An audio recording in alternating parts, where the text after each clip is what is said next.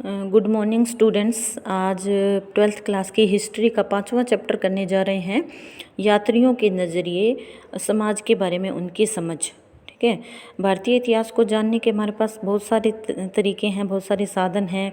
प्राचीन इमारतें हैं, प्राचीन ग्रंथ हैं, सिक्के, मुद्राएं, बहुत सारे भौतिक जो अवशेष हैं उनसे हम इतिहास जान सकते हैं।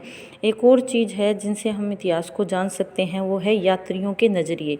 यानी कि यहाँ पर समय समय पर जिन यात्रियों ने यात्राएं की और जो भारत के समाज को देखा और उसके बारे में जो कुछ लिखा अपनी किताबों में, उससे हम इतिहास को जान सकते हैं। तो इस संदर्भ में हम 3 जो यात्री हैं उनका इस चैप्टर में ख़ास तौर पर जिक्र करेंगे।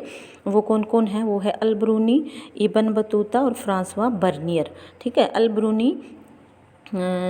ब्रूनी था जो मध्य एशिया से आया एक यात्री था, जिसने किताब उल हिंद एक किताब लिखी है जिसमें भारतीय समाज के बारे में बहुत सारी बातें लिखी हैं। दूसरा जो इब्न बतूता है, मोरक्को से आया, अफ्रीका से आया एक यात्री था जिसने एक किताब लिखी जिसका ग्रंथ था रिहला।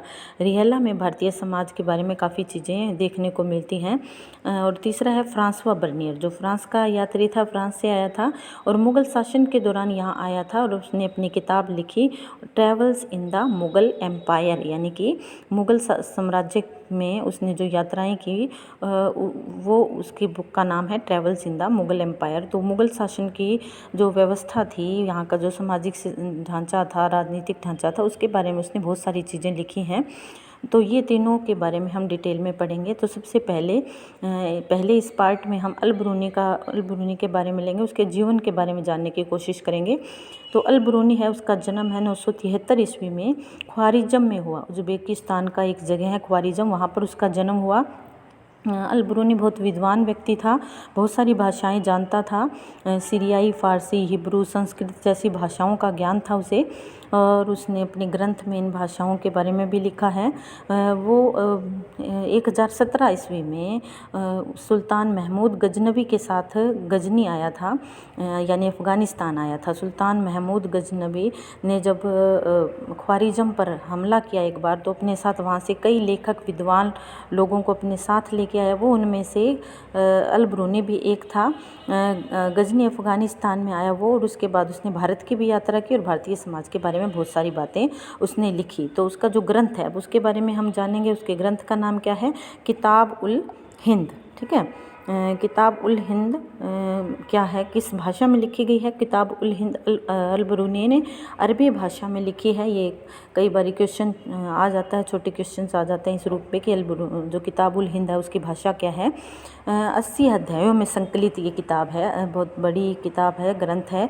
80 अध्याय हैं उसमें, और उसमें बड़ी बारीकी से भारतीय जो समाज है, भारतीय समाज के अलग अलग पक्षों पर, बहुत छोटे छोटे सामाजिक राजनीतिक पक्षों पर उसने लिखा है। जैसे कि धर्म के बारे में, दर्शन, त्योहारों के बारे में, खगोल विज्ञान के बारे में, यहाँ के रीति रिवाजों के बारे में, सामाजिक जीवन लोगों का कैसा रहा, माप तोल की विधियाँ क्या थी, यहाँ की कानून के बारे में, मूर्ति कला के बारे में। तो इन विषयों पर बड़ी डिटेल में अल ब्रूनी ने अपनी किताब में लिखा है।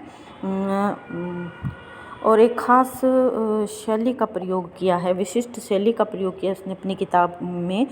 सबसे पहले क्वेश्चन के रूप में, एक प्रश्न के रूप में शुरुआत की, और फिर प्रश्न के जवाब में उसने बाकी जो चीज़ें लिखी हैं जिनको उसने नोट किया यहाँ रहते हुए, धर्म के बारे में, दर्शन, त्यौहार, राजनीति के बारे में जो चीज़ें उसने नोट की, उसको उसने अपनी किताब के 80 अध्यायों में लिखा है। तो ये अल ब्रूनी के बारे में हमने पढ़ा। इसके अलावा जो सेकंड पार्ट में, अब जब हम इसका सेकंड पार्ट करेंगे तो इन 2 जो रह गए हैं इनके बारे में जानेंगे, इनकी किताब के बारे में जानेंगे। मुझे उम्मीद है आपको अल ब्रूनी के बारे में चीज़ें क्लियर हो गई हैं। आप इसको नोट्स से इनको याद कर लेंगे। ठीक है। अगले पार्ट में हम बाकी चीज़ें करेंगे। ठीक है। Thank you.